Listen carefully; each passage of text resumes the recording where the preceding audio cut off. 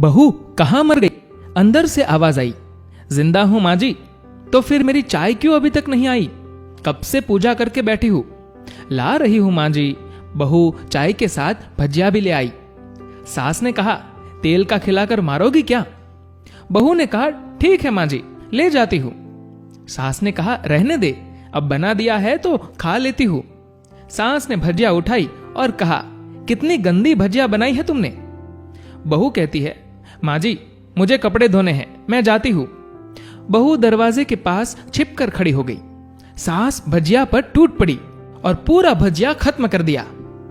बहू मुस्कुराई और काम पर लग गई। दोपहर के खाने का वक्त हुआ। सास ने फिर आवाज लगाई, कुछ खाने को मिलेगा? बहू ने आवाज नहीं दी। सास फिर चिल्लाई, भूखे मारोगी क्या? बहू आई, सामने खिचड़ी रख दी। सास गुस्से से बोली, ये क्या है? मुझे इसे नहीं खाना, इसे ले जाओ। बहू ने कहा, आपको डॉक्टर ने दिन में खिचड़ी खाने को कहा है, खाना तो पड़ेगा ही। सास मुंह बनाते हुए, हाँ तू मेरी मां बन जा। बहू फिर मुस्कुराई और चली गई। आज इनके घर पूजा थी। बहू सुबह 4 बजे से उठ गई। पहले स्नान किया, फिर फूल लाई, माला बनाई, रसोई साफ की, पकवान और भोजन बनाया। सुबह के 10 बज गए थे। अब सास भी उठ चुकी थी। बहू अब पंडित जी के साथ भगवान के वस्त्र तैयार कर रही थी। आज ऑफिस की छुट्टी भी थी। उसका पति भी घर पर था। पूजा शुरू हुई। सास चिल्लाती, बहू ये नहीं है, वो नहीं है। बहू दौड़ी दौड़ी आती और सब करती। अब दोपहर के 3 बज गए थे। आरती की तैयारी चल रही थी। पंडित जी ने सबको आरती के लिए बुलाया और सबके हाथों में बारी बारी थाली दी। जैसे ही बहू ने थाली पकड़ी, थाली हाथों से गिर पड़ी। शायद भोजन बनाते हुए बहू के हाथों में तेल लगा रह गया था, जिसे वो पोंछना भूल गई थी। सारे लोग तरह तरह की बातें करने लगे। कैसी बहू है, कुछ नहीं आता, एक काम भी ठीक से नहीं कर सकती, न जाने कैसी बहू उठा लाए। एक आरती की थाली भी संभाल नहीं सकी। उसका पति भी गुस्सा हो गया, पर सास चुप रही, कुछ नहीं कहा। बस यही बोल के छोड़ दिया, सीख रही है, सब सीख जाएगी धीरे धीरे। अब सबको खाना परोसा जाने लगा। बहू दौड़ दौड़ के खाना देती, फिर पानी लाती। करीब 70 से 80 लोग हो गए थे। इधर 2 नौकर और बहू अकेली। फिर भी वहां सारा काम बहुत ही अच्छे तरीके से हो रहा था। अब उसकी सास और कुछ आस पड़ोस के लोग खाने पर बैठे। बहू ने खाना परोसना शुरू किया। जैसे ही सास ने पहला निवाला खाया, बोली, तुमने नमक ठीक नहीं डाला क्या? एक काम ठीक से नहीं कर सकती? पता नहीं मेरे बाद कैसे ये घर संभालेगी। आस पड़ोस वाले को तो जानते ही हो ना साहब, वो बस बहाना ढूंढते हैं नुक्स निकालने का। फिर वो सब शुरू हो गए, ऐसा खाना है, ऐसी बहू है, ये वो वगैरह वगैरह। दिन का खाना हो चुका था। अब बहू बर्तन साफ करने नौकरों के साथ लग गई। रात में जगराता का कार्यक्रम रखा गया था। बहू भी 1-2 गीत गाने के लिए स्टेज पर चढ़ी। सास जोर से चिल्लाई, मेरी नाक मत कटा देना, गाना नहीं आता तो मत गा, वापिस आ जा। बहू मुस्कुराई और गाने लगी। सबने उसके गाने की तारीफ की, पर सास मुंह फुलाते हुए बोली, इससे अच्छा तो मैं गाती थी जवानी में, तुझे तो कुछ भी नहीं आता। बहू मुस्कुराई और चली गई। अब रात का खाना खिलाया जा रहा था। उसके पति के ऑफिस के दोस्त साइड में ही ड्रिंक करने लगे। उसका पति चिल्लाता, थोड़ी बर्फ लाओ, तो सास चिल्लाती, यहां दाल नहीं है। फिर चिल्लाता, कोल्ड ड्रिंक्स नहीं है, पापड़ ले आओ। इधर उधर आखिरी में उसके पति की शराब गिर पड़ी और बोतल टूट गई।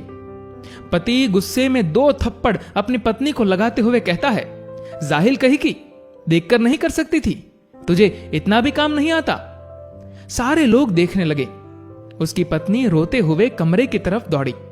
फिर उसके दोस्तों ने कहा, क्या यार, पूरा मूड खराब कर दिया, यहां नहीं बुलाया होता, हम कहीं और पार्टी कर लेते।